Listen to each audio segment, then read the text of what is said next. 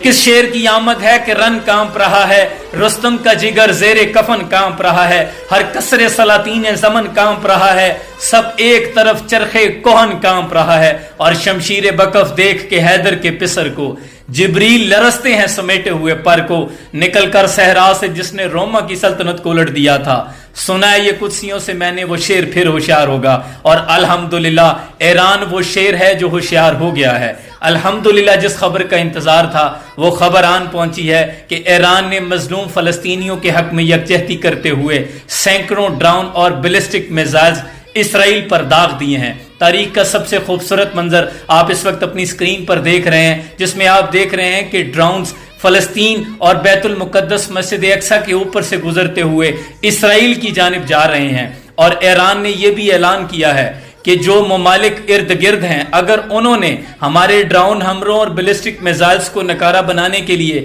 اپنی فضائی حدود کا استعمال کیا تو ایران ان کے ساتھ ڈائریکٹ انتقام لے گا۔ تو پرندے مار دے، سر و سنوبر مار دے، تیری مرضی تو جسے دہشت گرد کہہ کر مار دے، اور اسے کیا حق ہے یہاں بارود کی بارش کرے، اسے کیا حق ہے میرے رنگلے کبوتر مار دے، اور جسے ایک کو مارنے کو بھیج دی تو نے اتنی سپاہ، کہیں ایسا نہ ہو وہ تجھے تیرے گھر کے اندر مار دے، اور تیرا اس کے ماننے والوں سے پالا پڑ گیا جو پرندے بھیج کے لشکر مار دے۔ اس وقت مسجد اقصی کے صحن میں بیت المقدس میں جشن کا سما ہے، مسجد اقصی نعرہ تکبیر سے گونج اٹھی ہے۔ اس کے برعکس اسرائیل کے اندر تمام ڈیفینسو سسٹم ایکٹیویٹ کر دیے گئے ہیں، اور تمام اسرائیل میں ایمرجنسی نافذ کر دی گئی ہے۔ تمام لوگوں کو وہ جو انہوں نے اپنے شیلٹرز بنائے ہیں زیر زمین وہاں منتقل کیا جا رہا ہے۔ یقیناً آج وہ درد محسوس کریں گے ان فلسطین بچوں کا، اور اتنے دنوں سے جو ہم اپنے سینے میں محسوس کر رہے ہیں، لیکن اللہ سے دعا ہے کہ اللہ آج ان ڈرونز کو اور ان بیلسٹک میزائلز کو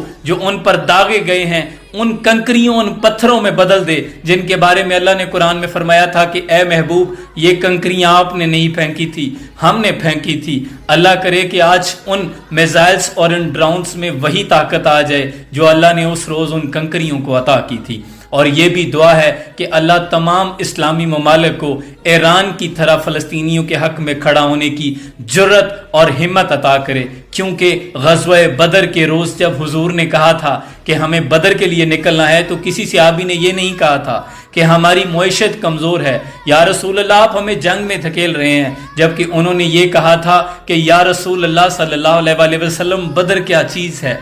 آپ اگر کہیں تو ہم کیسر و کسرا سے بھیڑ جائیں گے۔ قربان جاؤں ان کا ایمان چاہیے، اللہ امت مسلمہ کو وہ 313 والا ایمان عطا کر دے اور مسلمانوں کو کھویا ہوا وقار دوبارہ سے عطا کر دے۔ نعرہ تکبیر، اللہ اکبر۔